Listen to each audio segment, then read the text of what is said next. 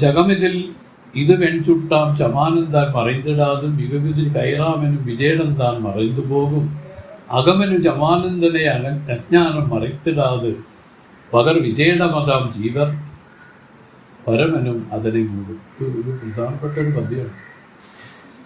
ഇത് എങ്ങനെയാണ് ഈ തോറ്റമായിരിക്കുന്ന ഇത് ഉണ്ടായിരിക്കുന്നത്? വാസ്തവത്തിൽ ഇത് ബ്രഹ്മത്തിൽ തന്നെയാണ്. അതൊരു സത്താണ് ഈ ലോകമായിട്ട് പ്രതീതമായിരിക്കുന്നത്. വാസ്തവത്തിൽ സത്താണ് പ്രതീതമായിരിക്കുന്നതെങ്കിലും അതിന് വെറുതെ ഈ സമുദ്രത്തിൽ തിര, അതുപോലെ കയറ്റിൽ പാമ്പ് പോലെ, മരുഭൂമിയിൽ ജലം പോലെ ഒരു പ്രതീതി മാത്രമായിട്ട് ഈ ലോകം നമുക്ക് പ്രതീതമാവുകയാണ് ചെയ്യുന്നത്. യഥാർത്ഥത്തിൽ സത്താണ് പ്രകടമായിരിക്കുന്നത്. അത് ഉണ്മയാണ്. അതാണ് ഉണ്മ. അതാണ് ഇരിപ്പിടം എന്ന് പറയും. ഈ സർവ്വ ബ്രഹ്മാണ്ടങ്ങൾക്കും ഏതാണ് ഇരിപ്പിടം എന്ന് ചോദിച്ചാൽ ഈ സത്താണ്. ഇത് ആത്മാവിന്റെ സാമാന്യ രൂപമാണത്.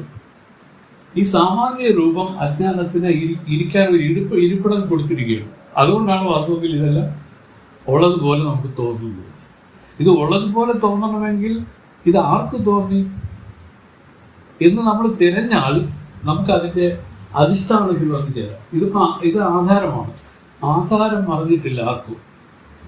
ഞാൻ ഉണ്ടെന്ന് ആർക്കെങ്കിലും മറഞ്ഞിട്ടുണ്ട്? നിങ്ങളുണ്ടോ എന്ന് ചോദിച്ചാൽ നമ്മൾ എന്തു പറയും? ഉണ്ട് സ്വാമി, ഞാൻ ഇവിടെ ഉണ്ട്. പക്ഷെ ആ ഉണ്ടെന്ന് പറഞ്ഞത് ഈ ശരീരത്തിനെയാണോ ഉണ്ടെന്ന് പറഞ്ഞത്, അതോ ഈ മനസ്സിനെയാണോ, ഈ ബുദ്ധിയെയാണോ എന്ന് നമ്മൾ വിചാരം ചെയ്ത് നോക്കിയാൽ ഇതെല്ലാം അസ്തമിച്ച് ഒരു മൗനത്തിൽ പോയി നിൽക്കും. അതാണ് സമാധി. വാസ്തവത്തിൽ അതാണ് ഇതിലെ ഇരിപ്പിടം. അതാണ് എല്ലാത്തിൻ്റെയും ആധാരമായിട്ട് നിൽക്കുന്നത്. പിന്നെ ജ്ഞാനിക്ക് എന്താണ് വ്യത്യാസം എന്ന് വെച്ചാൽ അവരുടെ അധിഷ്ഠാനം കൂടെ പ്രകാശിച്ചു. പ്രകാശിച്ചു പറഞ്ഞാൽ സത്ത് പ്രകാശിച്ച് എല്ലാവർക്കും പ്രകാശിച്ചെങ്കിലും ഈ ചിത്തും ആനന്ദവുമാണ് അതിൽ വിശേഷ രൂപം. ഈ വിശേഷ രൂപം അറിഞ്ഞവരെയാണ് നമ്മൾ ജ്ഞാനികളായിട്ട് പറഞ്ഞിരിക്കുന്നത്. മറ്റവരെല്ലാം സാമാന്യ ജ്ഞാനികളല്ല. എല്ലാവരും ജ്ഞാനികളാണ്. ഈ ലോകത്തുള്ള സകലവരും ജ്ഞാനികൾ. അതുകൊണ്ടാണല്ലോ എല്ലാം ചെയ്യാൻ സാധിക്കുന്നത്, നമുക്ക് ചിന്തിക്കാൻ സാധിക്കുന്നത്, നമുക്ക് പ്രവർത്തിക്കാൻ സാധിക്കുന്നത്. എല്ലാത്തിൻ്റെയും ആധാരമായിട്ട് ഈ ആത്മവസ്തു അവിടെ പ്രകാശിച്ചിരിക്കുകയാണ്. ഇതാണ് എല്ലാത്തിൻ്റെയും ആധാരം. ഇത് ആർക്കും പറഞ്ഞില്ല സ്വാമി. അതാണ് ഇവിടെ പറഞ്ഞിരിക്കുന്നത്. രജ്ജുവിന് 2 രൂപമുണ്ട്. ഒന്ന് സാമാന്യ രൂപം, ഒന്ന് വിശേഷ രൂപം. ഇത് എന്നത് സാമാന്യ രൂപം, രജ്ജു എന്നത് വിശേഷ രൂപം. ഇത് സർപ്പം എന്ന് തോന്നുന്നിടത്ത് വിദ്യാസർപ്പത്തോട് അഭിന്നമായി ഭ്രാന്തികാലത്തിലും തോന്നുന്നു. ഇത് എന്ന രൂപം സാമാന്യ രൂപം. ഏത് ഭ്രാന്തികാലത്തിൽ തോന്നാതിരുന്നിട്ട് താൻ തോന്നുന്നതിനാൽ ഭ്രാന്തി നിവർത്തിക്കുമോ അത് രജ്ജുവിന്റെ വിശേഷ രൂപമാകുന്നു. അങ്ങനെ തന്നെ ആത്മാവിനും സാമാന്യവും വിശേഷവുമായ 2 രൂപമുണ്ട്. സത്വരൂപം, സാമാന്യ രൂപം. അസംഗത്വം, കൂടസ്ഥത്വം, നിത്യമുക്തത്വം മുതലായ വിശേഷ രൂപം ആകുന്നു. എന്തുകൊണ്ടെന്നാൽ സ്ഥൂല സൂക്ഷ്മ സംഘാതങ്ങളുണ്ട് എന്നിപ്രകാരം സ്ഥൂല സൂക്ഷ്മ സംഘാത ഭ്രാന്തി സമയത്തിലും മിഥ്യാസംഘാതത്തോട് അഭിന്നമായി സത്വരൂപം തോന്നുന്നതിനാൽ ആത്മാവിന്റെ സത്വരൂപം സാമാന്യ രൂപമാകുന്നു. സ്ഥൂല സൂക്ഷ്മ സംഘാതത്തിന്റെ ഭ്രാന്തി സമയത്തിൽ ആത്മാവിന്റെ അസംഗത്വവും ഗൂഢസ്ഥത്വവും നിത്യമുക്തത്വം മുതലായ സ്വരൂപം തോന്നാതെ ഇരിക്കുന്നു. അസംഗത്വം മുതലായ ആത്മാവിന്റെ സ്വരൂപം തോന്നുന്നതിനാൽ സംഘാത ഭ്രാന്തി നിവൃത്തിയാകുന്നതിനാൽ അസംഗത്വം, ഗൂഢസ്ഥത്വം, നിത്യമുക്തത്വം, വ്യാപകത്വം മുതലായവ വിശേഷ രൂപമാകുന്നു. സർവഭ്രാന്തികളിലും സാമാന്യ രൂപം ആധാരമെന്നും വിശേഷ രൂപം അധിഷ്ഠാനമെന്നും ചൊല്ലപ്പെടും.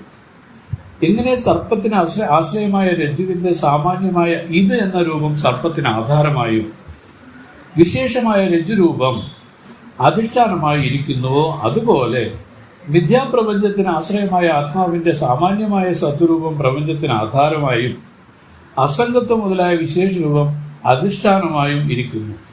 ഇപ്രകാരം ആധാര അധിഷ്ഠാനങ്ങൾക്ക് സർവജ്ഞ മുനിയാൽ ഭേദം ചൊല്ലിയിരിക്കുന്നു.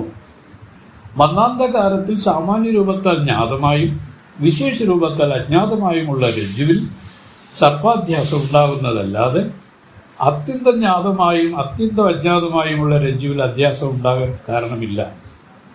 നിർവിശേഷമായ ആത്മാവിൽ ജ്ഞാതാജ്ഞാതങ്ങൾ ഇല്ലാത്തതിനാൽ പ്രപഞ്ച അധ്യാസവും ഉണ്ടായിക്കൂടാ എന്നാണെങ്കിൽ അത് ശരിയല്ല. എന്തെന്നാൽ ആത്മാവുണ്ടെന്ന് സകലർക്കും തോന്നിക്കൊണ്ടിരിക്കുന്നു. തന്റെ സ്വരൂപത്തിനെ ആത്മാവെന്ന് പേർ. ഞാനില്ല എന്ന് ഒരുവർക്കും തോന്നുന്നില്ല, പിന്നെയോ ഉണ്ടെന്ന് തന്നെ എല്ലാവർക്കും തോന്നുന്നു. അതിനാൽ സത്രൂപത്താൽ ആത്മാവ് ജ്ഞാതമായി ഞാൻ ചൈതന്യാനന്ദൻ, വ്യാപകൻ, നിത്യശുദ്ധൻ, നിത്യമുക്തൻ എന്നീ പ്രകാരം ഒരുത്തർക്കും തോന്നാത്തതിനാൽ ചൈതന്യ ആനന്ദ വ്യാപക നിത്യശുദ്ധ മുക്തരൂപത്താൽ ആത്മാവ് അജ്ഞാതമായിരിക്കുന്നു. ഈ പറഞ്ഞത് അനുഭവസിദ്ധമാകുന്നു. ഇത് അനുഭവമാണ്, ഒരാളുടെ അനുഭവമാണ്.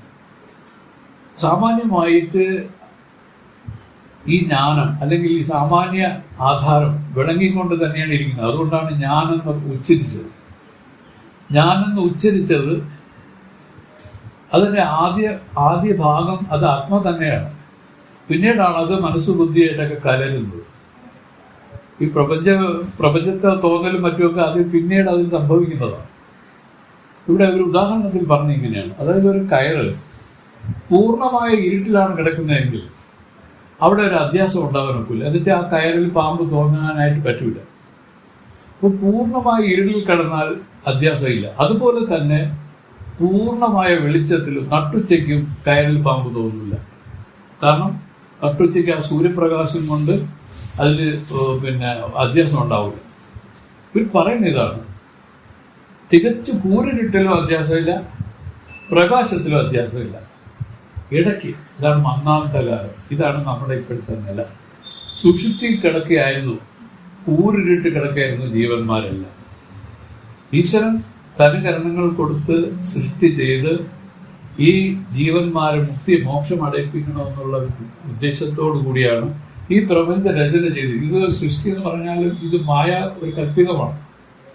ഈശ്വരൻ പ്രളയത്തിൽ ഈ ബാഹ്യപ്രപഞ്ചവും അസ്തമിക്കും. ജീവപ്രപഞ്ചം അസ്തമിക്കുന്ന എന്തുവേണം? ഞാനുണ്ടായാൽ മതി, ജീവപ്രപഞ്ചം ഇല്ലാതെ. ജീവപ്രപഞ്ചം പറഞ്ഞാൽ ഞാനും എൻ്റെതും അതിൽ ഈ അഹങ്കാര അഭിമാനാദികൾ വെച്ചിരിക്കുന്നതിനാണ് ജീവപ്രപഞ്ചമായിട്ട് പറയുന്നത്. അതിൽ ഞാനെന്ന് പറയുമ്പോൾ എനിക്കൊരു 5 സെന്റ് സ്വരയിടമുള്ള ഞാൻ എന്നെ വരെ പഠിച്ചിട്ടുള്ള ഞാൻ ഒരു ഈഴവ കുലത്തിൽ ജനിച്ച ഞാൻ, മാതാപിതാക്കളുടെ പേര് പറഞ്ഞിട്ട് അവരുടെ മകനായ ഞാൻ, ഇങ്ങനെയുള്ള ഞാൻ. ഇതാണ് ഇതിന്റെ ജീവസൃഷ്ടി എന്ന് പറയുന്നത്. ഈ ജീവസൃഷ്ടി കഴിവുണ്ട്. ജീവസൃഷ്ടി വാസ്തവമാണ്. യഥാർത്ഥത്തിൽ അത് ഈശ്വര സൃഷ്ടിയാണ്. ഈശ്വര സൃഷ്ടിയിൽ സ്ത്രീ എന്ന് പറയുന്നത് ഈശ്വര സൃഷ്ടിയാണെങ്കിൽ ഈശ്വരന്റെ സൃഷ്ടി എന്ന് പറയുന്നത് സ്ത്രീയാണ്. അതുപോലെ ആർക്കും ഒരു വൈകാരികത ഉണ്ടാക്കുന്നില്ല. എന്നാൽ അതില് ജീവൻ സൃഷ്ടി ചെയ്തിരിക്കുന്നതാണ് അമ്മയെന്നും ചേച്ചിയെന്നും ഭാര്യയെന്നും മകളെന്നും അങ്ങനെ എത്ര സൃഷ്ടി ഈ ജീവൻ ഇതിൽ ചെയ്തിരിക്കുന്നത്. ഈ സൃഷ്ടി മുഖാന്തരമാണ് വാസ്തവത്തിൽ ജീവൻ ദുഃഖം. ഈശ്വര സൃഷ്ടി ആർക്കും ദുഃഖഹേതുവല്ല. ഇതാണ് ഇവർ പറഞ്ഞ് നമുക്ക് മനസ്സിലാക്കുന്നത്. അപ്പൊ ഇവിടെ പറയുന്നു ഈ ആധാരത്തിന് 2 രൂപമുണ്ട്. ഒന്ന് സാമാന്യ ആധാരം, ഒന്ന് വിശേഷാധാരം. സാമാന്യ ആധാരത്താലാണ് ഈ അധ്യാസം ഇതിൽ സംഭവിച്ചിരിക്കുന്നത്. വിശേഷ ആധാരം അതായത് അധിഷ്ഠാനം. വിശേഷ ആധാരത്തിൽ തന്നെയാണ് അധിഷ്ഠാനം എന്ന് പറയുന്നത്. ഈ അധിഷ്ഠാനം അറിഞ്ഞവർക്ക് ഈ ഒരു തോന്നലില്ല. അത് ആ ജീവസൃഷ്ടി മുഴുവൻ പോകും. നേരത്തെ പറഞ്ഞു ഈശ്വര സൃഷ്ടി ജ്ഞാനത്തിന് ഒരു ഹാനിയും ചെയ്യുന്നില്ല എന്ന് പറഞ്ഞു. ഈശ്വര സൃഷ്ടി നിരുപദ്രവകാരിയാണ്. ഈശ്വരന്റെ പ്രകൃതമാണ്. അത് കാരുണ്യം, ദയ എല്ലാം ആ ഈശ്വര പ്രകൃതങ്ങളും ഈ ഈശ്വര സൃഷ്ടിയിൽ കാണണം. ജീവസൃഷ്ടിയിൽ എന്ത് പറ്റി? സങ്കുചിതമായി പോയി. ഇത് ഞാനെന്നും എൻ്റെതെന്നും വന്ന് അതിൽ മമതാഭിമാനങ്ങളൊക്കെ നിറച്ച് അത് വേറൊരു രൂപത്തിൽ ഇങ്ങനെ കൊണ്ടുവന്നാണ് ഈ ജീവന്മാരെല്ലാം ദുഃഖത്തിൽ ആഴ്ന്നിരിക്കുന്നത്. പക്ഷെ അവർ കരുതുന്നത് ഈശ്വര സൃഷ്ടി ഇതാണ്, ഈ ലോകം ഇങ്ങനെ വന്നതാണ് തനിക്ക് ഉപദ്രവം എന്ന് കണ്ടിട്ടാണ് പലരും ഇതിനോട് മത്സരിക്കുകയും ഇതിനെ നശിപ്പിക്കാൻ ശ്രമിക്കുകയും ചെയ്യുന്നു. യഥാർത്ഥത്തിൽ ഇത് ഉപദ്രവകാരിയാണ്. വേറെ ഒന്ന് പറഞ്ഞാൽ ഈശ്വരൻ തന്നെയാണ്. നമുക്ക് പ്രതീതമായിരിക്കുന്ന ഈ പ്രപഞ്ചം വാസ്തവത്തിൽ ഈശ്വരൻ തനികരണങ്ങൾ കൊടുത്തു സൃഷ്ടി ചെയ്തു എന്ന് പറഞ്ഞാൽ ഈശ്വരൻ തന്റെ അവയവങ്ങളെ എടുത്ത് സൃഷ്ടിച്ചിരിക്കുകയാണ്. തന്നെ എടുത്ത് സൃഷ്ടിച്ചിരിക്കുകയാണ്. അതിൽ ഓരോന്നിലും നമുക്ക് ഈശ്വരനെ കാണാൻ സാധിച്ചാൽ പറയുന്നു അതാണ് ഇതിന് ആദ്യത്തെ അഭ്യാസം തന്നെ. എല്ലാം സമഭാവനയിൽ കാണുക എന്നൊക്കെ പറഞ്ഞാൽ അതിൻ്റെ അർത്ഥം സർവത്ര ഈശ്വരമയമായിട്ട് കാണുക. ആദ്യ തുടക്ക ഉപനിഷത്തൊക്കെ പറയുന്നത് എന്തിനാണ്? ഈശാവാസി വിധം സർവം. അതാണ് ഈശാവാസി ഉപനിഷത്ത്. അതൊക്കെയാണ് ആദ്യമായിട്ടുണ്ടായത്. അദ്വൈതം ഇതൊക്കെ വാസ്തവത്തിൽ ഇത് ഒന്നാണ്. ആ പരമാത്മാ തന്നെയാണ്. സർവത്ര എല്ലാമായിട്ടിരിക്കുന്നത് ആ പരമാത്മാവ് തന്നെയാണ്. നമ്മൾ അനുസന്ധാനം ചെയ്ത് ഉറപ്പിച്ചു പോകണം. ഇത് എങ്ങനെയെന്നുള്ളത് യുക്തിയും അതിൻ്റെ അറിവും ശാസ്ത്രങ്ങൾ നമുക്ക് തന്നുകൊണ്ടിരിക്കും. കുറേ യുക്തികൾ നമ്മൾ തന്നെ സ്വാംശീകരിക്കണം. അന്തരംഗം ശുദ്ധമായ ഉടനെ തന്നെ ഇതിൽ നല്ല വിശേഷമായ യുക്തികൾ വന്നു ചേരും എല്ലാവർക്കും. കാരണം എല്ലാം ആത്മസ്വരൂപങ്ങൾ തന്നെയാണ്. അതിൽ ഒരു കൂട്ടർ അറിഞ്ഞു, താൻ ആത്മസ്വരൂപം അറിഞ്ഞു. അവരെ സംബന്ധിച്ച് അവർ മുക്തരായതാണ്. ഒരു വേറൊരു പേരാണ്, അവർ മുക്തരായി. ഒരു കൂട്ടര് ആത്മസ്വരൂപത്തെ ഉള്ളതുപോലെ അറിഞ്ഞില്ല. പക്ഷെ അതിൽ തോന്നിയിരിക്കുന്ന ഈ അധ്യാസ്വരൂപമായിരിക്കുന്ന ഈ പ്രപഞ്ചത്തെയും ദേഹത്തെയും ഈ മനസ്സിനെയൊക്കെ അറിഞ്ഞുകൊണ്ട് അവര് അജ്ഞാനികളായിരിക്കുന്നു. ജ്ഞാനോ അജ്ഞാനം തമ്മിലുള്ള വ്യത്യാസം ഇത്രയേ ഉള്ളൂ. ജ്ഞാനം എന്ന് വെച്ചാൽ അതിനെ ഉള്ളതുപോലെ അറിഞ്ഞു എന്നുള്ളതാണ്. അതോടുകൂടി അവർക്ക് എന്ത് സംഭവിച്ചു? അവർ മുക്തരായി. അത് ശരിക്കും അറിഞ്ഞവർ മുക്തരായി. മറ്റവര് അതിനെ അറിയാതെ അതിൽ അഭ്യാസമായി വന്നിരിക്കുന്ന ഈ ദേഹാദി പ്രപഞ്ചത്തിനെ നോക്കിക്കൊണ്ട് ഇതാണ് ആത്മാവെന്ന് കരുതി ഇതിനു വേണ്ടിയിട്ടുള്ള രൂപത്തിൽ അവർ പ്രവർത്തിക്കുന്നു.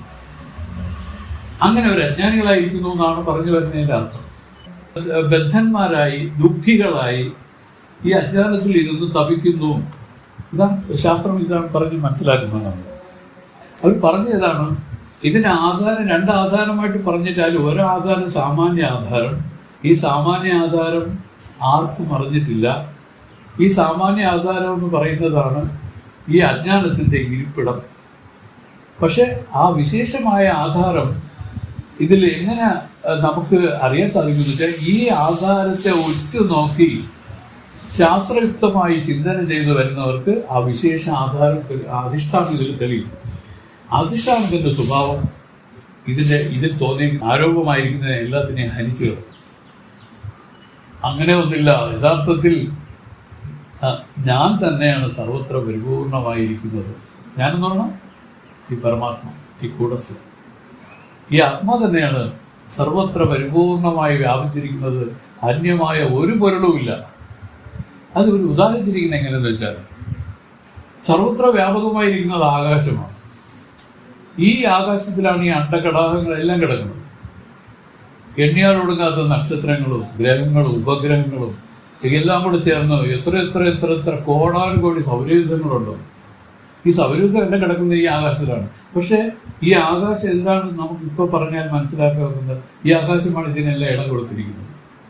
പക്ഷെ അവർ പറയുന്നു ഇതെല്ലാം കൂടെ പൊടിച്ച് ഒരു ഉണ്ടാക്കി ഈ ആകാശത്തിൽ ഇട്ട അതിന്റെ ഒരു മൂലയിൽ പോലും ചേരില്ല. അത്ര കമ്പാരിറ്റീവ്ലി അത്ര സ്മോളാണ്. ഈ കമ്പാരിറ്റീവ്ലി സ്മോൾ ആയതുകൊണ്ട് അവർ പറഞ്ഞു ആകാശം മാത്രമേ ഉള്ളൂ. നമ്മൾ പറയില്ലേ ഒരു പരിധിക്കപ്പുറം ചെറിയ ഫ്രാക്ഷൻസിനെ നമ്മളെന്ത് പറയും, നെഗ്ലക്ട് ചെയ്യും. മാത്തമാറ്റിക്സിൽ അങ്ങനെയല്ല. അവർ പറയുന്നു കമ്പാരിറ്റീവ്ലി ആകാശത്തെ അപേക്ഷിച്ച് ഇതെല്ലാം കൂടെ പൊടിച്ചൊരു ചെറിയ ഒരു ഉണ്ടയാക്കിയിട്ട അത് ആകാശത്തിന്റെ ഒരു അറ്റത്ത് പോലും ചേരാനില്ലാത്തതുകൊണ്ട് അവർ പറയും അത് ഇല്ലാത്തതാണ്, അത് വാസ്തവത്തിൽ ഇല്ലാത്തതാണ്, അത് നെഗ്ലക്ട് ചെയ്യുന്നു പറയും. ഇങ്ങനെയൊക്കെ. അപ്പൊ ഈ രൂപത്തിലാണ് ഇതിനെല്ലാം ഒരു പറയുന്നത്. അപ്പൊ ആകാശത്തിൽ എപ്രകാരമാണ് ഇതെല്ലാം കിടന്നിട്ട് ആകാശത്തിൽ ഒട്ടാതെയും ആകാശത്തിൽ ഇടം കൊടുത്തിരിക്കുന്നതല്ല, ആകാശത്തിന് ഒന്നിനും ചേരുന്നില്ല. വേറെ രൂപത്തിൽ അവർ പറയുന്നു സർവത്ര ആകാശമേ ഉള്ളൂ. പക്ഷെ ഈ ആകാശത്തിൽ നിന്നാണ് പറയുന്നത്. ആകാശത്തിൽ നിന്ന് വായു അഗ്നി ജലം പൃഥ്വി എന്ന് പറയുന്ന ഈ പഞ്ചഭൂതങ്ങൾ 10 കുറഞ്ഞു വന്നതാണ് എന്ന് പറയും. ഈ ആകാശത്തിനെയാണ് അജ്ഞാനമായിട്ട് പറഞ്ഞത്. ഈ ആകാശം ഏതിലിരിക്കുന്നു? ഈ ആത്മാവിൽ ഒരു പുള്ളിയാണ്. അത് വെറും ഒരു ചെറിയൊരു മറുകെന്ന് പറയും. ഇങ്ങനെയാണ് പറഞ്ഞു ഈ ആകാശം ഈ ആത്മാവിൽ ഒരു മറുകായിട്ടിരിക്കും, ചെറിയൊരു പുള്ളിയായിട്ടിരിക്കും. കൈവല്യ സ്വാമികളാണ് ഇത് പറഞ്ഞത്. ഇത് ഒരു ചെറിയൊരു പുള്ളിയാണ് ഈ ആകാശം. ആ ആകാശമാണ് പോലും ഇത്രയും ഭീമമായി നമ്മൾ ഇത്രയും അണ്ടകടാഹങ്ങൾക്കെല്ലാം ഇരിപ്പിടമായിട്ടിരിക്കുന്നത്. ആലോചിച്ച് നോക്കണം. ഇതെല്ലാം പറഞ്ഞതിന് ശേഷം ഒടുവിൽ പറഞ്ഞു ഇതെല്ലാം ആ ഭഗവാന്റെ മായാജാലമാണ്, വാസ്തവത്തിലില്ല. ഇത് വാസ്തവത്തിലില്ലെന്ന് അറിഞ്ഞ് ഒരു കൂട്ടര് ഇത് സംബന്ധിച്ച വ്യവഹാരങ്ങളിൽ നിന്നെല്ലാം വിമുക്തരായി ജ്ഞാനത്തിലേക്ക് വന്ന് മുക്തിയടയും. ജ്ഞാനം എന്ന് പറയുന്നത് വേറൊന്നുമല്ല, ഇത് വ്യവഹാരത്തെ ഉണ്ടാക്കുന്ന രൂപത്തിൽ നിൽക്കുന്ന സമയത്തോളം ഇത് നമുക്ക് ജ്ഞാനത്തിന് വിരോധിയായിട്ട്, ഇത് വ്യവഹാരം ഇല്ലാതെ കേവലം ഉണർവായിട്ട് നിൽക്കുന്ന സമയത്ത് ഇത് ജ്ഞാനത്തിനെ പ്രസവിക്കുന്ന ആളായിട്ട് നിൽക്കുക. രണ്ടും ഒരേ ആള് തന്നെ രണ്ട് രൂപത്തിൽ നിൽക്കുക. നമ്മൾ പറയും മൂശേട്ടയും പിന്നെ മഹാലക്ഷ്മിയും ഒന്ന് തന്നെ എന്ന് പറയും, അതിന്റെ രണ്ട് വശം എന്ന് പറയും. ഈ പോലെ ഇതിന് രണ്ട് വശങ്ങളിരിക്കുക. അതിൽ ഒരു വശം മുക്തിക്ക് അനുകൂലമായിട്ട് നിൽക്കുകയാണ്. ഈ മുക്തിക്ക് അനുകൂലമായ ഭാഗത്തെ നമ്മൾ സ്വീകരിക്കാതിരിക്കുന്നതിൽ അർത്ഥമില്ല, അത് സ്വീകരിക്കുക തന്നെ വേണം. എന്നാൽ മുക്തിക്ക് വിരോധമായി നിൽക്കുന്ന ഒരു അംശമുണ്ട്, അതിനെ പൂർണ്ണമായും വിട്ടുകളാണ്. മഹത്തുക്കൾ എന്ന് പറഞ്ഞാൽ വേറെ ആരുമില്ല, നല്ല വിവേകശാലികളെയാണ് മഹത്തുക്കൾ എന്ന് പറയുന്നത്. നമ്മൾ നേരത്തെ പറഞ്ഞില്ലേ, ഈ പാലും വെള്ളവും കൂടെ കലർന്നിരിക്കുന്ന ഒരു മിശ്രിതത്തിൽ നിന്ന് എപ്രകാരമാണോ ഒരു ഹംസപക്ഷി ആ പാല് മാത്രം കുടിച്ചിട്ട് പോകുന്നത്, ഇതുപോലെ പരമഹംസന്മാരായിരിക്കുന്ന സന്യാസിമാർക്ക് ഈ പാലിനെയും വെള്ളത്തിനെയും പിരിച്ചറിയുന്ന രൂപത്തിൽ ഈ ജ്ഞാനാജ്ഞാനങ്ങളെ പിരിച്ച് അറിയാനുള്ള കഴിവുണ്ട്. വേറെ വിധത്തിൽ പറഞ്ഞാൽ അവർക്ക് മാത്രമേ ഈ കഴിവുള്ളൂ. ഇവിടെ ഹംസപക്ഷികൾക്ക് മാത്രമേ ഇവിടെ ഈ കഴിവുള്ളൂ എന്ന് പറഞ്ഞതുപോലെ ഈ പരമഹംസന്മാരായിരിക്കുന്ന സന്യാസികൾക്ക് മാത്രമേ ഇതിനുള്ള കഴിവുള്ളൂ. ഈ സന്യാസിമാരെന്ന് പറയുന്നത് കാശായിട്ടവരെ അല്ല പറയുന്നത്, മനസ്സിനെ എപ്പോഴും സജാതീയ വൃത്തിപ്രവാഹത്തിൽ തന്നെ നിർത്തും. അവർ ഏത് കേട്ടാൽ യാതൊന്നു കേൾപ്പതതു നാരായണ സ്തുതികൾ, യാതൊന്നു ചെയ്വതതു നാരായണാർച്ചനകൾ, യാതൊന്നു കേൾപ്പതതു നാരായണ സ്തുതികൾ, യാതൊന്നതൊക്കെ ഹരിനാരായണ. ഈ രൂപത്തില് ഒരു കാരണവശാലും മനസ്സ് വികാരപ്പെട്ട് മനസ്സിന് വൃത്തികളോട് ഉദിക്കാതെ ഇങ്ങനെ ആ ശുദ്ധ വൃത്തിയിൽ അങ്ങനെ ഇരിക്കുന്ന ആളുകളെയാണ് പറയുന്നത് എന്തെന്ന് പറയുന്നത് പരമഹംസ സന്യാസിമാർ എന്ന് പറയുന്നത്. അവർക്ക് വേറെ ഒന്നുമില്ല, അവർക്ക് അടുത്തിപ്പോൾ ആഹാരം വേണം, അത് മാത്രമേ അവർക്ക് എക്സ്ട്രാ വേണ്ടിയതുള്ളൂ. അതിന് ഈശ്വരൻ തന്നെ അതിന് വേണ്ടുന്ന സൗകര്യങ്ങൾ ചെയ്തു കൊടുക്കും. ഭഗവാൻ അവരുടെ വീട്ടിലെ വേലക്കാരനായിട്ട് വന്ന് നിൽക്കും. എത്രയോ സന്ദർഭങ്ങളിൽ നമ്മൾ കണ്ടു. കുറുരമ്മയുടെ കഥയൊക്കെ അതല്ലേ. കുറുരമ്മ എന്ന് പറഞ്ഞാൽ അവർ ഭക്തയാണ്, അവർക്ക് കൃഷ്ണന് നിവേദ്യം ചെയ്യണം, കൃഷ്ണന് പൂക്കൾ കൊണ്ട് അർച്ചന ചെയ്യണം. ഇതെല്ലാം ഈ മനോഭാവത്തിൽ അവരെപ്പോഴും ജാഗരൂകയായിട്ട് അങ്ങനെ നടക്കുകയാണ്.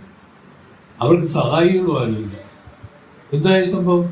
ഭഗവാൻ തന്നെ പൂർത്ത് കൊടുക്കാനും ഇതിടിച്ചു കൊടുക്കാനും ഒക്കെ ആയിട്ട് അവിടെ വന്നു. ഇത് നമ്മൾ കഥയെന്ന് വിചാരിക്കരുത്, ഇത് ഇതിൻ്റെ ഒരു യാഥാർത്ഥ്യം. ഈശ്വരപരമായി നീങ്ങിയാൽ ഇതാണ് ഇത് സംഭവിക്കുന്നത്. നോക്കിക്കഴിഞ്ഞാൽ നമുക്ക് മനസ്സിലാവും. വലിയ മഹത്തുക്കൾ എവിടെ ഉണ്ടോ അവിടെയൊക്കെ ഒന്ന് നോക്കിയാൽ മനസ്സിലാവും. ഇപ്പം ഞാൻ പലപ്പോഴും ആലോചിച്ചിട്ടുണ്ട്, ഈ മഹത്തുക്കൾ സത്യം പറഞ്ഞാൽ ഒരു നേരത്തെ ആഹാരം പോലും ശരിക്കും കഴിക്കാൻ അവർക്കില്ല. പക്ഷെ അവർക്ക് മുട്ടുണ്ടോ? ഇഷ്ടംപോലെ വന്ന് ഇഷ്ടംപോലെ കൊണ്ട് കോരി കൊടുക്കാൻ തുടങ്ങും. ഇങ്ങനെയാണ് ഈ പ്രപഞ്ചത്തിന്റെ, കാരണം ഭഗവാൻ ഇഷ്ടമാണ് ഇവര്. ഭഗവാന്റെ ഉദ്ദേശവും ഒരു ജീവിയെ മുക്തി അടയിക്കുക എന്നുള്ളതല്ല, വേറൊന്നും അദ്ദേഹത്തിന് താല്പര്യമില്ല. അതുകൊണ്ടാണ് ഒന്നിലും വളർത്തി അങ്ങ് വലുതാക്കുക. ഈ പ്രപഞ്ചത്തിൽ നമ്മൾ പറയും പണമുള്ളവരാണ് വലുതെങ്കിൽ, ടാറ്റ, ബിർള തുടങ്ങിയ കുറേ ആളുകളുണ്ട്, അവരെയൊക്കെ പേര് പറയും. അവരെ പേര് പറഞ്ഞാൽ അതിനെക്കാട്ടി പണമുള്ളവർ വേറെ കാണും. ഒരിക്കലും ഇതിന് ഒരു താരതമ്യത്തിൽ ഒരാൾ വലുതെന്ന് പറയാൻ ഈ ഭൂമിയിൽ ആർക്കും ആരെയും പറ്റില്ല. അങ്ങനെയാണ്. കാരണം ഈ പ്രപഞ്ച വസ്തുക്കളെ സമ്പാദിച്ച് അതിൽ ഏറ്റവും കൂടിയ ആളാണ് ഞാനെന്ന് പറയാൻ ആരെയും അനുവദിച്ചിട്ടില്ല. പക്ഷെ ജ്ഞാനത്തെ സംബന്ധിച്ച് അങ്ങനെയില്ല. അത് കൂടുതൽ കുറവൊന്നുമില്ല. ജ്ഞാനം ഒരുപോലെയാണ്. ജ്ഞാനം ശ്രീ രാമാനന്ദ ഗുരുദേവൻ ഇരുന്ന അതേ ജ്ഞാനം തന്നെയാണ് നാരായണ ഗുരുദേവനിൽ ഇരുന്നത്, ചട്ടമ്പി സ്വാമികളിൽ ഇരുന്നത്, എല്ലാം ഒരേ ജ്ഞാനമാണ്. ആ ജ്ഞാനം എന്നുകൊണ്ട് അതിന് മാത്രം വലിപ്പ ചെറുപ്പമില്ല. ഈ രൂപത്തിലുള്ള ജ്ഞാനത്തെ അടഞ്ഞ് സമഭാവനയോട് വർദ്ധിച്ചാലേ ഈ ജ്ഞാനം ഉണ്ടാവുള്ളൂ. സമഭാവന ചെയ്യുന്നത് എന്താണ്? മനസ്സിനെ സത്വഗുണ പ്രധാനമാക്കി മാറ്റും. മനസ്സിലെ ആനന്ദം കൊണ്ടെന്ന് പറയും. ഈ മനസ്സിലെ ആനന്ദം നിറഞ്ഞാൽ അവർക്ക് വേറെ ഒന്നിലും ശ്രദ്ധ ഉണ്ടാവില്ല. വെറും ഈശ്വര കാര്യത്തിലൊന്നല്ലാതെ അവർക്ക് ശ്രദ്ധയില്ല. മറ്റതെല്ലാം വാസ്തവ അവർ ബോറടിക്കുക. അതായത് മുമ്പ് ഒരിക്കൽ ഈ പ്രേമഗാനങ്ങൾ കേൾക്കും. ചലച്ചിത്ര ഗാനം ഇട്ട ഉടനെ പ്രേമഗാനങ്ങളാണ്. നമ്മുടെ ഭാവനയാണ് അത് ദോഷമെന്ന് കണ്ടത്. അത് ഈശ്വരനോട്ടാക്കിക്കാണെന്ന് പറയുന്നത്. ഈശ്വരനോട്ടാക്കി കഴിഞ്ഞാൽ സംഗതി പ്രേമഭാവന, ഈശ്വരനോട് പ്രേമമല്ലേ വേണ്ടത്. വാസ്തവത്തിൽ നമ്മൾ ഏത് രൂപത്തിലായാലും നമ്മൾ സ്തുതിക്കുന്നത് ആ ദേഹത്തിനെ അല്ല, ആ പരമാത്മ ചൈതന്യത്തിന് തന്നെയാണ്. വാസ്തവത്തിൽ അങ്ങനെ നോക്കുമ്പോൾ എല്ലാം ഈശ്വരന്റെ പാട്ടുകൾ തന്നെ, എല്ലാം അങ്ങനെ തന്നെ. അപ്പൊ ആ രൂപത്തിൽ ഇതിൽ ഭേദബുദ്ധി നിരാകരിച്ച് നിൽക്കാനുള്ള ഒരു യുക്തി ആണ് ഇത് പറഞ്ഞത്. മനസ്സിലായി? ഒന്നിനെ തീറ്റെന്നോ ഒന്നിനെ നല്ലതെന്നോ പറയുന്നത് മനസ്സാണ്. പക്ഷെ എല്ലാം നല്ലതെന്ന് കാണുന്നത് ഈശ്വരത്വമാണ്. അത് എങ്ങനെ സാധിക്കും? എല്ലാം ഈശ്വരനാണെന്ന് വിചാരിച്ചാണ്. സർവത്ര ഈശ്വരമയമായിട്ട്. ഇങ്ങനെയാണ് ജ്ഞാനികൾ ഈ അദ്വൈതത്തെ സ്ഥാപിച്ച് അവര് ഈ പറഞ്ഞ ജ്ഞാനസ്ഥന്മാരായി ഈ ജനനമല്ല സംസാര ദുഃഖത്തിൽ നിന്ന് നിരകരി.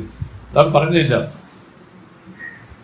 ഇവിടെ പറഞ്ഞു വന്ന ഇതാണ് നിത്യമുക്തത്വം, വ്യാപകത്വം, നിർമ്മലത്വം. ഇതെല്ലാം ഇതിൻ്റെ വിശേഷ ഗുണങ്ങളാണ്. എന്താണ് ഇവിടെ അധ്യാസം ഉണ്ടായതെന്ന് ചോദിച്ചാൽ സാമാന്യ രൂപം പ്രകടമായും വിശേഷ രൂപം പ്രകടമാകാതെയും വന്നപ്പോൾ ഇതിൽ അധ്യാസം ഉണ്ടായി. അരണ്ട വെളിച്ചത്തിനെ ഉദ്ദേശിച്ചാണ് ഈ പറഞ്ഞത്. അരണ്ട വെളിച്ചത്തിൽ ആ കയറിനെ കയറായിട്ട് കാണാൻ പറ്റാതെ വന്നപ്പോൾ ആ കയറില് ഒരു തോന്നലായിട്ട് പാമ്പ് ജനിച്ചു.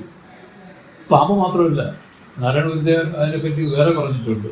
പള്ളമായിട്ടും ജലധാരയായിട്ടും ഭൂമാലയായിട്ടും ഭൂമിയുടെ വിള്ളലായിട്ടും എല്ലാം ഇതിൽ അധ്യാസം ഉണ്ടാവും. ഒരാൾ കാണുന്നത് ഒരു ഭൂമാല കിടക്കുന്നതായിട്ടാണ്, വേറൊരാൾ പാമ്പ് കിടക്കുമ്പോൾ കണ്ടു. പക്ഷെ പാമ്പ് കയറാണെന്ന് ആരും കണ്ടില്ല. കയറിനെ മറച്ചതാണ് ഈ പറഞ്ഞ ബ്രഹ്മത്തിന് കാരണം. കയറ് വ്യക്തമാവാത്തതാണ് ഈ ബ്രഹ്മത്തിന് കാരണം. അതുകൊണ്ടാണ് സത്യത്തിൽ ഉള്ളത് ഏതാണ്? ഈ പരമാത്മ വസ്തുവാണ്. പക്ഷെ അത് വ്യക്തമാവാതെ വന്നപ്പോൾ അതിൽ തോന്നിയതാണ് ഈ ജഗത്ത്. അതുകൊണ്ട് ജ്ഞാനിയെ സംബന്ധിച്ച് ഈ ജഗത്ത് എന്നുള്ളതില്ല. അപ്പം നമുക്ക് തോന്നും, അപ്പൊ പിന്നെ ഈ മരവും ഇതെല്ലാം ഇല്ലേ എണ്ണാന്ന് ചോദിച്ചാൽ അങ്ങനെയല്ല. അതിന്റെ അർത്ഥം അതല്ല. മരുഭൂമിയിൽ ജലം ഇല്ലെന്നറിഞ്ഞ ആളിനും മരുഭൂമിയിൽ ജലം പ്രതീതമാവും, തോന്നിക്കൊണ്ടിരിക്കും. പക്ഷേ ആ ജലം ഇദ്ദേഹത്തെ വ്യവഹരിപ്പിക്കില്ല. അത് കുടിച്ച് ദാഹം തീർക്കാന്നുള്ള ഉദ്ദേശത്തോടു കൂടി അങ്ങോട്ട് സഞ്ചരിക്കാനോ മറ്റോ ഒന്നും തോന്നാതെ ഒരു വ്യവഹാരത്തിന് ഏതോ അല്ലാത്ത വിധം അത് മാറും. അത് നമുക്ക് ദോഷമല്ല. ഈ പ്രതീതിയിൽ മയങ്ങി മൃഗദർശാ ജലം എന്നാണ് എൻ്റെ പേര്. മൃഗങ്ങൾ വെള്ളം കുടിച്ച് ദാഹം തീർക്കാന്ന് വിചാരിച്ച് ഈ മരുഭൂമിയിലേക്ക് സഞ്ചരിച്ച് മരുഭൂമിയിൽ പ്രവേശിച്ച് അത് മരിച്ചു പോകും. ഇതാണ് സംഭവിക്കുന്നത്. ഇവിടെ ഇപ്പം ഇവരെ സംബന്ധിച്ച് ഈ ലോകം സുഖപ്രദമെന്നുള്ള ആ ഒരു ഭ്രമം ഇതിൽ ഇവർക്ക് വിട്ടുപോയി. അതോടുകൂടി ലോകത്തോടുള്ള ആഭിമുഖ്യം ഇവർക്കില്ല. അതാണ് വിരക്തന്മാരെന്ന് പറഞ്ഞ ഈ വൈരാഗ്യം എന്നൊക്കെ പറഞ്ഞ വേറൊന്നുമല്ല, ഇതിനോടുള്ള ആഭിമുഖ്യം കുറഞ്ഞതാണ്. കുറഞ്ഞപ്പോൾ ഈ ലോകത്തോട് ഇപ്പൊ സ്വാമി ഇതാ പിടിച്ചോളണം, 1,00,000 രൂപയുണ്ട്, എനിക്ക് വേണ്ട, അല്ല സ്വാമി ഇതാ സ്വാമിക്ക് ഇത്ര വസ്തു എഴുതി തരാം. എന്തിനാടോ? നമ്മൾ വലിയ മഹത്തുക്കളെ കണ്ടത് പറയാം. എന്തിനാടോ ഞാൻ ഇതെല്ലാം ഉപേക്ഷിച്ച് ദൈവമേ എന്ന് വിചാരിച്ച് ഇങ്ങനെ ഇരിക്കുന്ന എനിക്ക് എന്തിനാടോ ഇതൊക്കെ? എനിക്കിനി നിങ്ങൾ തന്നാൽ ഞാൻ വീണ്ടും ഇതിനെ നോക്കാനോ എടുക്കാനോ ഒക്കെ ആയിട്ട് എനിക്ക് ഇവിടെ സമയം അല്ല. അതിനുള്ള ആരോഗ്യം എനിക്കില്ല. മാത്രമല്ല ഞാൻ ഇനി എത്ര കാലം ഈ ശരീരത്തിൽ ഇരിക്കുമെന്ന് എനിക്ക് തന്നെ അറിയില്ല. അങ്ങനെ ഇരിക്കുന്ന ഒരു നിലയ്ക്ക് ഞാൻ എന്തിനാണ് ഇതൊക്കെ സ്വീകരിക്കുന്നത്? ധിക്കരിച്ചതല്ല, ഈശ്വരൻ്റെതാണ് ഭയ. അത് ഒരാളിനെ ചവിട്ടി തെറിപ്പിച്ചൂടാ. അതിൻ്റെ വശത്തിന് പറഞ്ഞ് അതിനെ തിരസ്കരിച്ചു. ഇതാണ് സ്വാമി അവിടെ ചെയ്തത്. അല്ല വന്നുടനെ തന്നെ ഓരോ ചീത്ത ഓടിച്ചതല്ലത്. അപ്പൊ ഇതൊക്കെ നമുക്ക് തന്ന പാഠമാണ്. ആ പാഠത്തിൽ കൂടെ വേണം നമ്മളും ഇതിനെ അഭിമുഖീകരിക്കാൻ. ഇതിന് ഒരു വിധത്തിലും ഇതിനെ പോവില്ല, തള്ളിയാലും പോവില്ല, കൊള്ളിയാലും പോവില്ല. ഇതിനൊരു ഉപായത്തിൽ നിലനിർത്തിക്കൊണ്ട് വ്യവഹാരം ആ സമാധി സ്വരൂപത്തിൽ ഇരിക്കാൻ വേണ്ടി നമുക്ക് പറ്റും. ഇത്രയേ ഉള്ളൂ. സത്രൂപ അധികാലത്തിലും എന്ന് പറഞ്ഞു. സത്രൂപത്തിനും ചേതന ആനന്ദാദികൾക്ക് സാമാന്യ വിശേഷഭാവം ഇല്ലെങ്കിലും അവകൾ അല്പകാലത്തിൽ അധികകാലങ്ങളിൽ തോന്നുന്നതിനാൽ സാമാന്യ വിശേഷഭാവം ഇരിക്കുന്നതെന്ന് പറയുന്നു എന്ന് മാത്രമേ ഉള്ളൂ. ഈ കാരണത്താൽ ആത്മാവിൻ്റെ സത്വരൂപം സാമാന്യ കൂറെന്നും ചേതനാനന്ദാദികൾ വിശേഷക്കൂറെന്നും ചൊല്ലപ്പെടുന്നു. ഇത്രയേ ഉള്ളൂ. ആ ചേതനാനന്ദാദികളാണ് ഇപ്പം മറിഞ്ഞിരിക്കുന്നത്. ഭഗവത്പാദരുടെ ഒരു പദ്യത്തിൽ ഇങ്ങനെയാണ്: ചിദാനന്ദരൂപ ശിവോഹം ശിവോഹം. അതിൽ ചിത്തും ആനന്ദത്തെയാണ് പറഞ്ഞിരിക്കുന്നത്. അതേസമയം ആ സാമാന്യ രൂപത്തിന് അവിടെ അദ്ദേഹം വിശേഷിപ്പിച്ചില്ല. അല്ലെങ്കിൽ സച്ചിദാനന്ദ രൂപ ശിവോഹം ശിവോഹം എന്ന് പറയണമായിരുന്നു. ആ സത്ത് പറയാതെ ചിദാനന്ദ രൂപ ശിവോഹം ശിവോഹം. ചിത്തും ആനന്ദമാണ് ആ വിശേഷ രൂപം. ഈ വിശേഷ രൂപമാണ് പറഞ്ഞത്, സത്വരൂപം പറഞ്ഞിട്ടില്ല. അതുകൊണ്ട് ആ വിശേഷ രൂപത്തെ അറിയാനുള്ള വിദ്യ ഈ സത്തിനെ നോക്കാൻ പറഞ്ഞു. അതാണ് ഈ ഞാൻ ആരാണെന്ന്, ഈ സത്യം എന്ന് പറഞ്ഞാൽ ഈ ഞാൻ ആരാണെന്ന് ഉറ്റു നോക്കി ആ സമാധി ഇതിൽ വന്നാൽ അവർ പറയുന്നു ആ ചേതനാനന്ദാദികൾ ഇതിൽ പ്രകടമാവാൻ ആരംഭിക്കും. അതോടുകൂടി എന്തറിയാൻ സാധിക്കും? താൻ നിത്യമുക്തനായിട്ടുള്ള ആത്മാവാണെന്നുള്ള അവബോധം ഉണ്ടാവും. അതുവരെയ്ക്കും ഞാൻ ഇത് ബദ്ധനായിരിക്കും. ഇപ്പോഴത്തെ നമ്മൾ അറിയാത്തത് കൊണ്ട് നമ്മൾ ഇതെല്ലാം ബദ്ധനായിട്ടിരിക്കുകയാണ്. ഇതിലെല്ലാം കെട്ടുപിണഞ്ഞ് കിടക്കും പോലെ തോന്നുകയാണ്. അത് മാറി ഇതെല്ലാം ഇരിക്കുക തന്നെ ഇതിൻ്റെ നടുവിൽ താൻ മുക്തനായിരിക്കുന്ന അനുഭവം ഉണ്ടാവും. ഇതാണ് ഞാൻ. അങ്ങനെ പറഞ്ഞു ജീവേശ്വര സ്വരൂപ നിരൂപണം ഗ്രന്ഥകാരൻ ബഹുവിസ്താരമായി ചെയ്തിരിക്കുന്നു. അതിനാൽ ജീവസ്വരൂപത്താൽ ഏകത്വം അനേകത്വ വാദങ്ങളും പലതുണ്ട്. സർവമതങ്ങളിൽ ഈശ്വരൻ ഒന്നേ ഉള്ളൂ. സർവജ്ഞ നിത്യമുക്തൻ എന്ന് പറഞ്ഞിരിക്കുന്നു. ഈശ്വരനിൽ ആവരണം ഉണ്ടെന്ന് ഒരു അദ്വൈത ഗ്രന്ഥങ്ങളിലും ഇല്ല. ഏതൊരുവൻ ഈശ്വരനിൽ ആവരണം ഉണ്ടെന്ന് പറയുന്നുവോ അവൻ വേദാന്ത സമ്പ്രദായത്തിൽ ബഹിർഭൂതരാകുന്നു. എന്നാലും നാനാ അജ്ഞാനവാദത്തിൽ അജ്ഞാനം ജീവ ആശ്രിതം ബ്രഹ്മ വിഷയമാകുന്നു എന്നത് വാചസ്പതി മതം. അവർ ജീവന്റെ അജ്ഞാനത്താൽ ഈശ്വരൻ കൽപ്പിതനെന്നും പ്രപഞ്ചം നാനാവെന്നും പറഞ്ഞിരിക്കുന്നു. അങ്ങനെ പറഞ്ഞാലും ജീവനുടെ അജ്ഞാന കൽപ്പിതനായ ഈശ്വരനും സർവജ്ഞനെന്നു തന്നെ പറഞ്ഞിരിക്കുന്നു. ഈശ്വരനിൽ ആവരണം ഉണ്ടെന്ന് പറഞ്ഞിട്ടില്ല. ഈശ്വരന്റെ ഉണർവിനെ ആവരണ ശക്തി മറയ്ക്കുമെന്ന് പറയുന്നത് തെറ്റാണ്. നമ്മൾ തുടക്കത്തിലേ പറഞ്ഞു, ഈശ്വരനെയും ജ്ഞാനിയെയും ഒഴിച്ച് എല്ലാവരുടെയും അന്ധകരണത്തിൽ ഈ പറയുന്ന ആ കുരുടാക്കി കളഞ്ഞു. ആ ജ്ഞാനദൃഷ്ടിയെ കുരുടാക്കി കളഞ്ഞു. ഇതാണ് ഈ ആവരണം ചെയ്തിരിക്കുന്നത്. രണ്ട് ശക്തികളാണ് ഇതിന് പൊന്തി വന്നത്. അതിൽ വിക്ഷേപ ശക്തിയും ആവരണ ശക്തി. ഈ ആവരണ ശക്തിയെ പറ്റിയാണ് ഇത് പ്രതിപാദിച്ചുകൊണ്ട് വരുന്നത്. ഈ ആവരണം എല്ലാവരുടെയും അന്ധകരണത്തിൽ ജ്ഞാനദൃഷ്ടിയെ കുരുടാക്കി കളഞ്ഞിരിക്കുക. അതുകൊണ്ടാണ് ഞാൻ ഉണ്ടെന്ന് സാമാന്യമായിട്ട് തോന്നുള്ളൂ. ആ ഞാൻ ചേതനൻ, ആനന്ദൻ, നിത്യമുക്തൻ എന്നുള്ള അനുഭവം തോന്നുന്നില്ല. അതെന്തുകൊണ്ട് തോന്നുന്നില്ല? അവർ പറയുന്നു അതാണ് ആ മന്ദാന്ധകാരം. ഇവിടെ ശാസ്ത്രം അതിനെ അല്പം കൂടെ വിശദമാക്കി ഈ മന്ദാന്ധകാരത്തെയാണ് അവിചാരം എന്ന് പറയുന്നത്. ഇതിനെപ്പറ്റി വിവേകിച്ച് നോക്കുന്നില്ല, ഇതിനെപ്പറ്റി വിചാരിക്കാൻ ശ്രമിക്കുന്നില്ല. ഇനി വിചാരിക്കുക എന്ന് പറഞ്ഞാൽ സ്വയമേവ വിചാരിക്കാൻ ഇതിൽ ആർക്കും സാധിക്കില്ല. ഇത് ശാസ്ത്രയോനിത്വമാണ്. ശാസ്ത്രങ്ങളുടെ സഹായത്തോടു കൂടിയാണ് ഇതിനെ ചിന്തിക്കുന്നത്. സാധാരണ ഇതിനെപ്പറ്റി ചിന്തിക്കാൻ ആർക്കും സാധ്യമല്ല. അതുകൊണ്ട് തന്നെ ഇതാണ് ഇതിൻ്റെ അടിത്തറ. ഈ വേദമാണ്. ഇതിനെ നല്ലതുപോലെ മനസ്സിലാക്കുക എന്നുള്ളത് തന്നെയാണ് ആദ്യം നമുക്ക് വേണ്ടത്. ചിന്മൻ സ്വാമികൾ വെറുതെ അല്ല ഞങ്ങളോട് ഇത് പറഞ്ഞത്. ഇവിടെ കുറച്ച് കാര്യങ്ങൾ മനസ്സിലായില്ലേ? എന്നാൽ നിങ്ങളൊരു കാര്യം ചെയ്യും, ഒരു മുറി അടച്ചതിനകത്തിരുന്ന് ധ്യാനിച്ചോ എന്ന് പറഞ്ഞില്ല. ഞങ്ങളോട് പറഞ്ഞില്ല. ഞങ്ങൾക്ക് ആഗ്രഹം ഉണ്ടായിരുന്നു സ്വാമി അത് പറയുന്നത്. ഇതിന് നിരന്തരമായിട്ട് ശ്രവണം ചെയ്തിരിക്കുക. ശ്രവണം ചെയ്ത് ഇത് ഒരു ദിവസം ഇത് ആ ഇരിപ്പിൽ തന്നെ ഇതിൻ്റെ എല്ലാ അനുഭവവും പ്രത്യക്ഷപ്പെടും. പിന്നെ ശ്രവണമില്ലാത്ത സമയത്ത് മനനം ചെയ്തിരിക്കുക. നിധ്യാസനം ചെയ്യണ്ട. നിധ്യാസനം എന്ന് പറഞ്ഞാൽ ആർക്കും ചെയ്യാൻ സാധ്യമല്ല. നിധ്യാസനം ഇതിൽ ഉണ്ടാവണം. എങ്ങനെ ഉണ്ടാവും? ഈ ശ്രവണ മനനങ്ങളെ കൊണ്ട് ഇതിൽ ആ ആത്മാനുഭവം അല്ലെങ്കിൽ ആ സമാധി അനുഭവം ഇതിൽ പ്രത്യക്ഷപ്പെടും.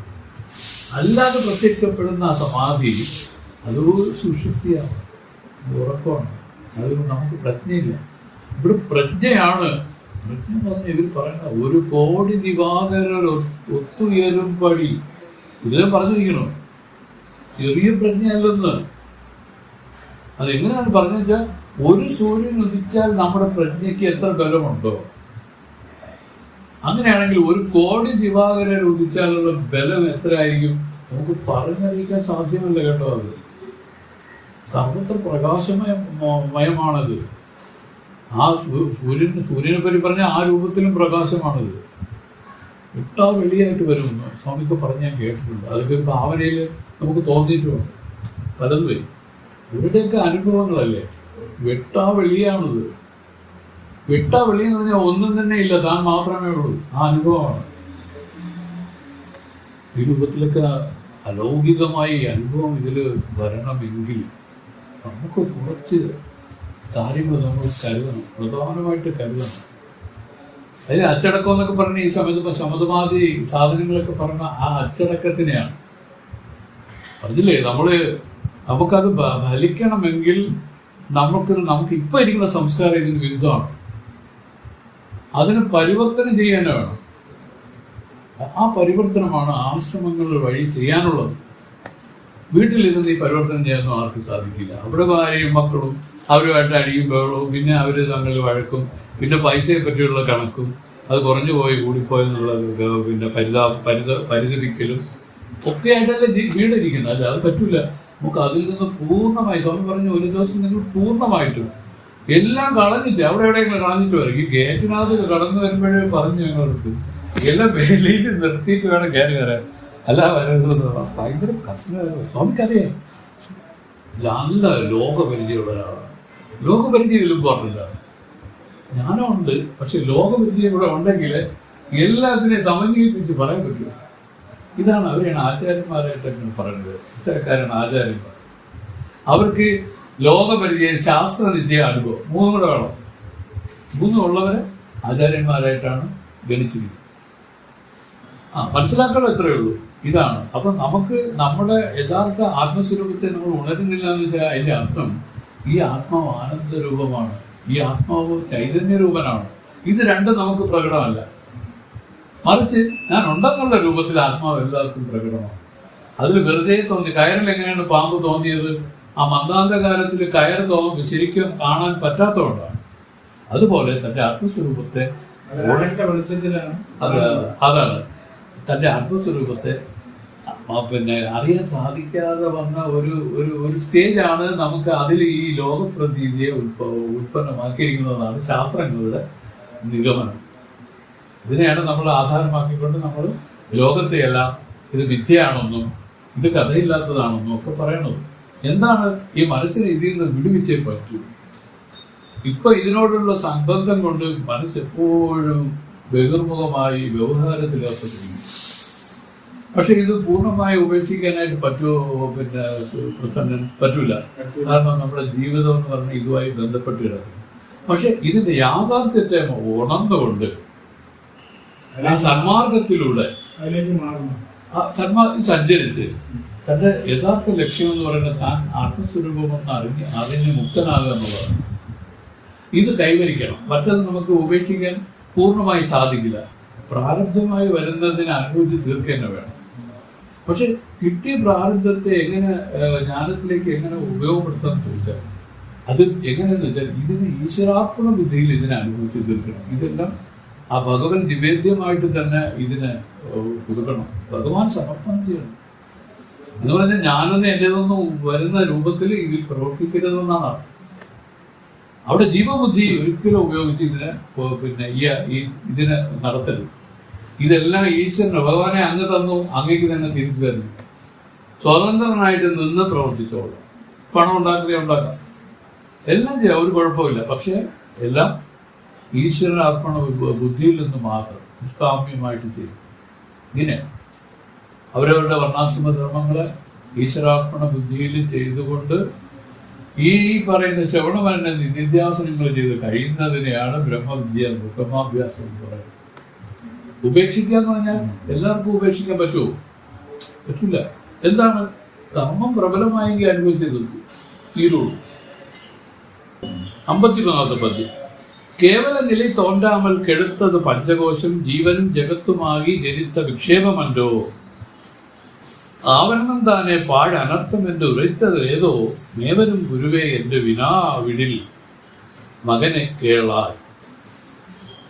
കേവല നില തോണ്ടാമൽ കെടുത്തത് ബ്രഹ്മാത്മ ഐക്യസ്ഥിതിയെ രജ്ജുവിന്റെ വിശേഷ രൂപത്തെ സർപ്പം പോലെ അറിയാനായി സാധിക്കാത്ത വിധം മറച്ചത് ഈ പഞ്ചകോശവും ജീവനും ജഗത്തുമാകി എന്ന് പറഞ്ഞാൽ അന്നമയം, പ്രാണമയം, മനോമയം, വിജ്ഞാനമയം, ആനന്ദമയം എന്നുള്ള പഞ്ചകോശങ്ങളും അവയുടെ അഭിമാനിയായ ജീവനും ആകാശാദി ജഗത്തുമായി ഉണ്ടായ വിക്ഷേപമല്ലോ. ഈ വിക്ഷേപശക്തി അല്ലയോ?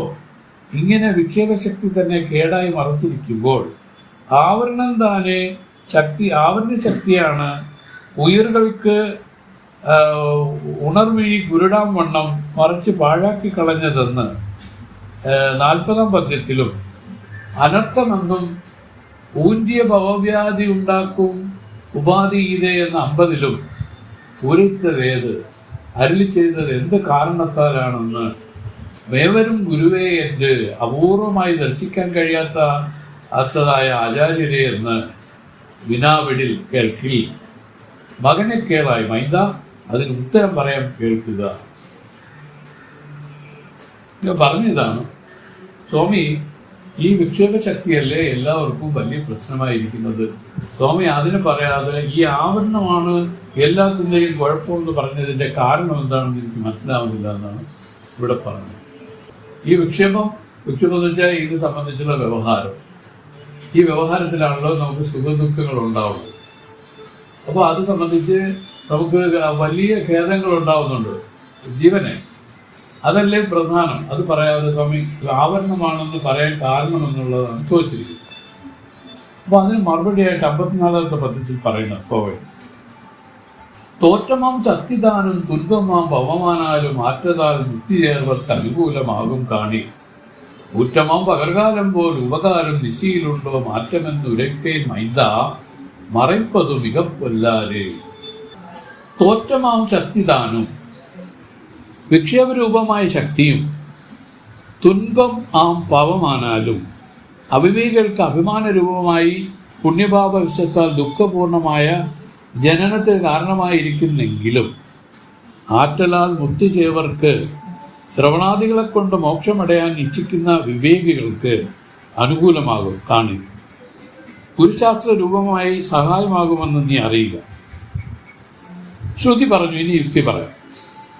ഊറ്റമാം പകർക്കാലം പോൽ ഉപകാരം സാധു അസാധു എല്ലാവർക്കും ആലസ്യാദികളെ നീക്കി സർവ ഐശ്വര്യങ്ങളെ ഉണ്ടാക്കുന്നതിന് കാരണമായ പകൽക്കാലത്തെ പോലെ ഉപകാരം ദിശയിലുണ്ടോ? ആ സാധു അസാധുക്കൾക്ക് സഹായമായത് രാത്രികാലത്തിലുണ്ടോ? ബഹുവിധമായ കൊടും ദുഃഖങ്ങളെ തരുന്നതിനാൽ ഇല്ല. മാറ്റമെന്നുരപ്പേൻ. നിന്റെ ചോദ്യത്തിന് ഈ ഉപമാനം മാത്രം പോരാതെ വേറെ എന്ത് പറയാൻ? മൈന്ദ, മകനെ, മറയ്പത് ആവരണ ശക്തിയാണ്. മികപ്പൊല്ലാതെ ഏറ്റവും കടുപ്പമായത്, ദോഷമായത്. ഇനി സ്വാമി അതിനൊരു ചെറിയ വ്യാഖ്യാനം എഴുതിയിട്ടുണ്ട്. രാത്രികാല ശിഷ്യന്മാർക്കും ദുഷ്ടന്മാർക്കും എല്ലാവർക്കും നിദ്രാകാരണമായിരിക്കുന്നു. ബഹുവിധമായ തുൻപം തരുവതുപോലെ ആവരണ ശക്തിയും വിവേകി അവിവേകി എല്ലാവർക്കും ജനനത്തിന് മൂലകാരണമായിരിക്കുന്നു. ബഹുവിധമായ പ്രയാസങ്ങളെ അനുഭവിക്കുന്നതിനാൽ ആവരണം ഏറ്റവും ദോഷമുള്ളത് എന്ന് പറഞ്ഞിരിക്കുന്നു. ഈ വിക്ഷേപശക്തി മുക്തിക്ക് അനുകൂലമാണെന്ന് പറയാൻ കാരണം ശാസ്ത്രം പഠിക്കുക, ഗുരുവിനെ സമീപിക്കുക, അതിന് ബഹുദൂരം നടക്കുകയൊക്കെ വേണം, ചോദിക്കുകയും പറയുകയൊക്കെ വേണം. ഇങ്ങനെയൊക്കെയാണ് ഒരു ഗുരുവിനെ കണ്ടെത്തുന്നത്. ഈ വ്യവഹാരം നമുക്ക് ഗുണത്തെ ചെയ്യുന്നത് കൊണ്ട് അവർ പറഞ്ഞു ഈ വ്യവഹാരം, ഈ വിക്ഷേപം മുക്തിക്ക് അനുകൂലമായിട്ടിരിക്കുകയാണ്.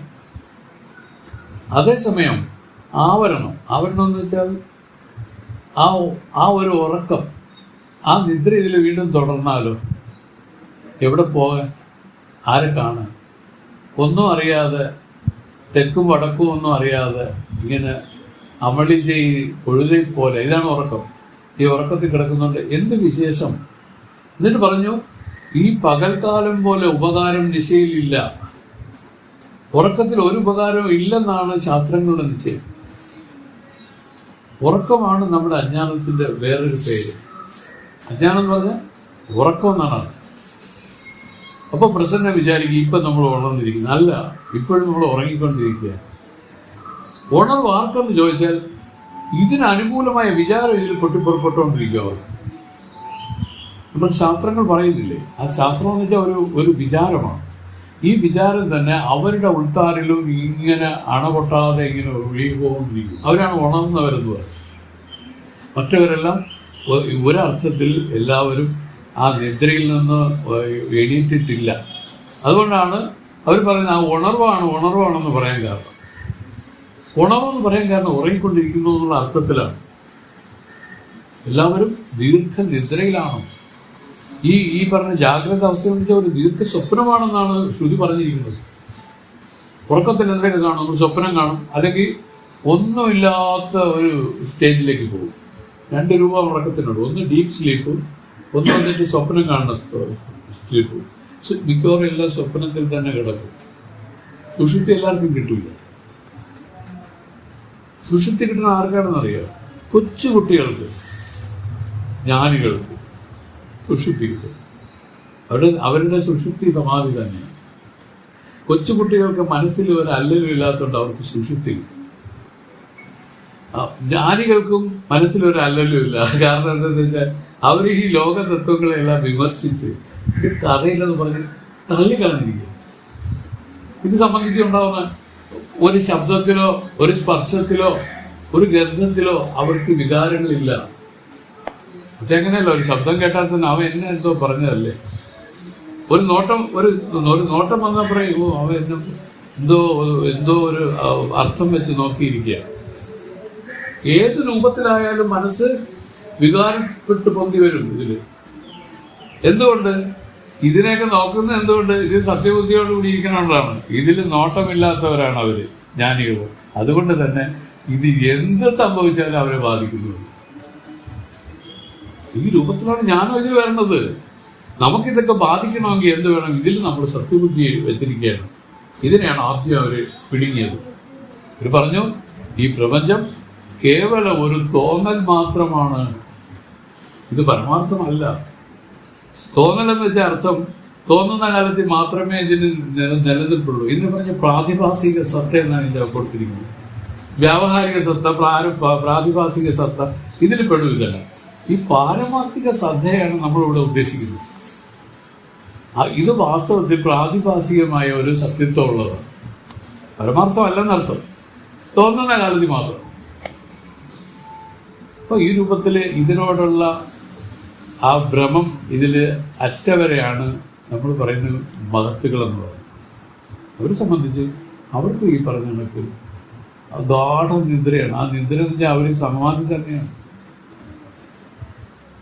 നമ്മുടെ സമാധി നമ്മൾ ഉദ്ദേശിക്കുന്നത് എന്താണ്? മനസ്സിൽ ഈ പറഞ്ഞ വൃത്തികളില്ലാതെ ഇരിക്കുന്ന ഒരു നില, നിർവികല്പമായിരിക്കുന്ന ഒരു നിലയാണ്.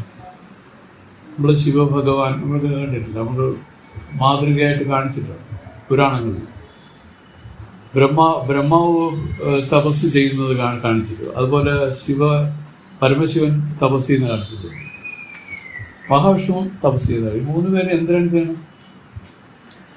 മഹാവിഷ്ണു അനന്ത ശയനം ചെയ്യണമെന്നൊരു വാക്ക് ഉപയോഗിച്ചു അല്ലേ? ശയനം എന്ന് പറഞ്ഞാൽ അനന്ത ശയനം. മനസ്സിലൊന്നും ഇല്ലാതിരിക്കാൻ അവർ ചെയ്തത് ഈ ലോകത്തോടുള്ള ആഭിമുഖ്യം എടുത്തു കളഞ്ഞു. സ്വതന്ത്രനായി, മുക്തനായി. അവർ മുക്തനായി. അങ്ങനെ നിന്നവര് ആ മുക്തി സുഖമാണ് പോലും അനുഭവിച്ചുകൊണ്ടിരിക്കുന്നത്. ഒരല്ലലും ഇല്ലാതെ ആ പരമാനന്ദം അവർ പറഞ്ഞത് ബ്രഹ്മാനന്ദത്തിൽ മുങ്ങി നിൽക്കുന്നവരാണ്. ബ്രഹ്മാനന്ദത്തെ അല്പം നുകർന്നു എന്ന് പറയുന്നതല്ല, ബ്രഹ്മാനന്ദമായിട്ട് തന്നെ ഇരിക്കുന്നവരാണ്. ഈ രൂപത്തിലാണ് അവരോടുള്ള മാറ്റം കിടക്കുന്നത്. അപ്പം നമ്മുടെ ഈ കേവലം നില, ഇതാണ് നമ്മുടെ സ്വരൂപം. കേവലം നില എന്നുള്ള നമ്മുടെ യഥാർത്ഥ സ്വരൂപം, വെച്ചുകെട്ടില്ലാത്ത ആ ബോധം, അതാണ് കേവലം നില. അതിൽ വെച്ചുകെട്ടാണ് നമ്മൾ ആ ജീവൻ്റെതായ ആരോപങ്ങൾ. അതിൽ ഭാര്യ, മക്കള്, അത് ഇത് മറ്റ് എന്നുള്ള രൂപത്തിൽ വരുന്ന പണം, അത് സംബന്ധിച്ചുള്ള വ്യവഹാരങ്ങളെയാണ് വെച്ചുകെട്ടെന്ന് പറയുന്നത്. ഈ വെച്ചുകെട്ടില്ലാത്ത ഒരു പ്രകൃതം, അതിനാണ് കേവലം നിലയെന്നത്. ഇതാണ് തനിക്ക് ഉള്ളത്. സുഷുപ്തിയിൽ നിന്ന് എണീറ്റ് വരുന്ന അങ്ങനെയാണ് നമ്മൾ.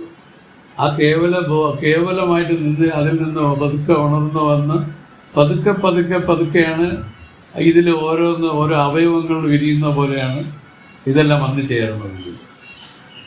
മനസ്സിലായോ? അവർ പറയുന്ന ആ കേവല ആ നിലയില്ലേ, അത് വാസ്തവത്തിൽ തൻ്റെ യഥാർത്ഥ രൂപമാണ്. അതിൽ നിലനിർത്താൻ നമുക്ക് എന്തുകൊണ്ട് പറ്റുന്നില്ല? സുഷുപ്തി ഉദാഹരണമാക്കി ഈശ്വരൻ നമുക്ക് കാണിച്ചു തന്നു ആ കേവല നില. പക്ഷെ നമുക്കത് ജാഗ്രതയിൽ വരുമ്പം അതിനെ പൂർണ്ണമായും ഇല്ലാതായി പോണതിൻ്റെ കാരണം എന്താണ്?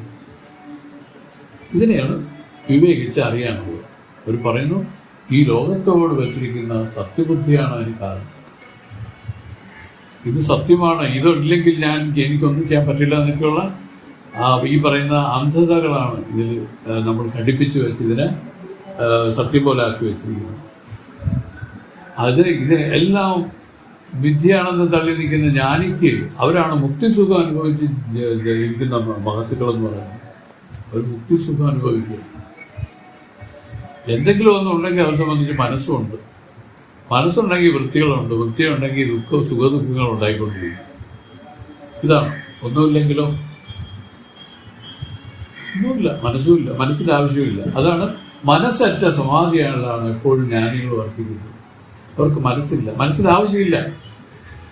മനസ്സൊരു കാര്യമുണ്ടെങ്കിൽ അത് സൂക്ഷിക്കാനാണ് അയാൾ പ്രത്യക്ഷപ്പെടുന്നത്.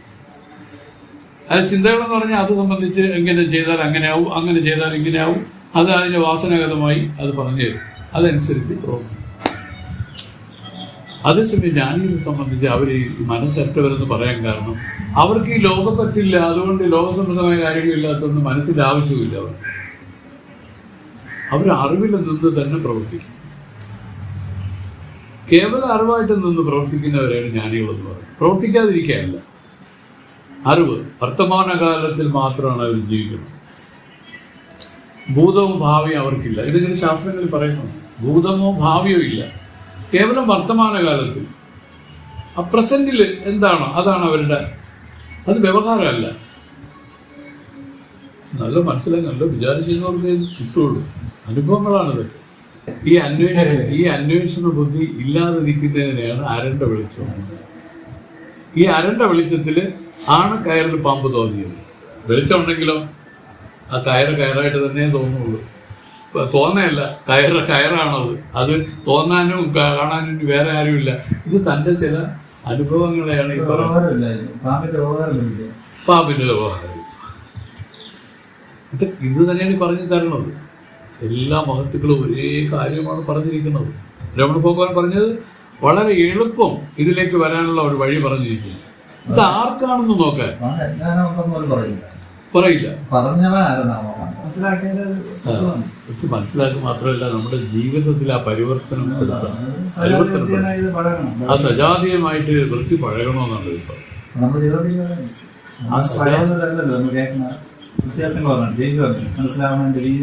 അതെ, വ്യത്യാസം വരും. അപ്പൊ പറഞ്ഞു മനസ്സിലായെന്ന് തോന്നുന്നു. കേവല നില എന്ന് പറഞ്ഞാൽ ഇത് തന്നെയാണ്. ആ വർത്തമാന കാലത്തിൽ ആ കേവല നില ഉണ്ട് എല്ലാവർക്കും. പക്ഷെ അത് പെട്ടെന്ന് അത് ഭൂതവും ഭാവിയായിട്ട് മാറും. അതിൽ ഭൂതവും ഭാവിയും മാനസികമാണ്. മനസ്സാണ് ആ ഭൂതത്തെയും ഭാവിയെയും കൊണ്ടുവരുന്നത്. വർത്തമാനകാലത്തിൽ മനസ്സില്ല. മനസ്സ് വരുന്നതിന് മുമ്പാണത് സംഭവം. സ്വാമിയുടെ ത്രിപുര രഹസ്യത്തിലൊരു കാര്യം പറയുന്നത് നമ്മളെ ശ്രദ്ധയപ്പെടുത്തിയിട്ടുണ്ട്. സ്വാമി പറഞ്ഞു, ഈ സമാധി എന്ന് പറഞ്ഞാൽ എന്താണെന്ന് നിങ്ങൾക്ക് ചെറുതായിട്ടൊന്ന് പരിചയപ്പെടുത്താമോ? അതിന് സ്വാമി പറഞ്ഞത്, കാട്ടിൽ കൂടെ യാത്ര ചെയ്തു പോകുന്ന ഒരാൾ പെട്ടെന്നാണ് ഒരു വ്യാഘ്രരൂപമായ ഒരു പുലി മുമ്പേ വന്ന് നിന്ന് കഴിഞ്ഞാൽ ഈ പുരുഷൻ ബാഹ്യവും ആഭ്യന്തരവും മറക്കും. കുറച്ചു നേരം നിൽക്കൂലേ, ആ നില സമാധിയാണ്. എന്നുവെച്ചാൽ പുലിയെടുത്ത് നിൽക്കാനല്ല പറഞ്ഞത്.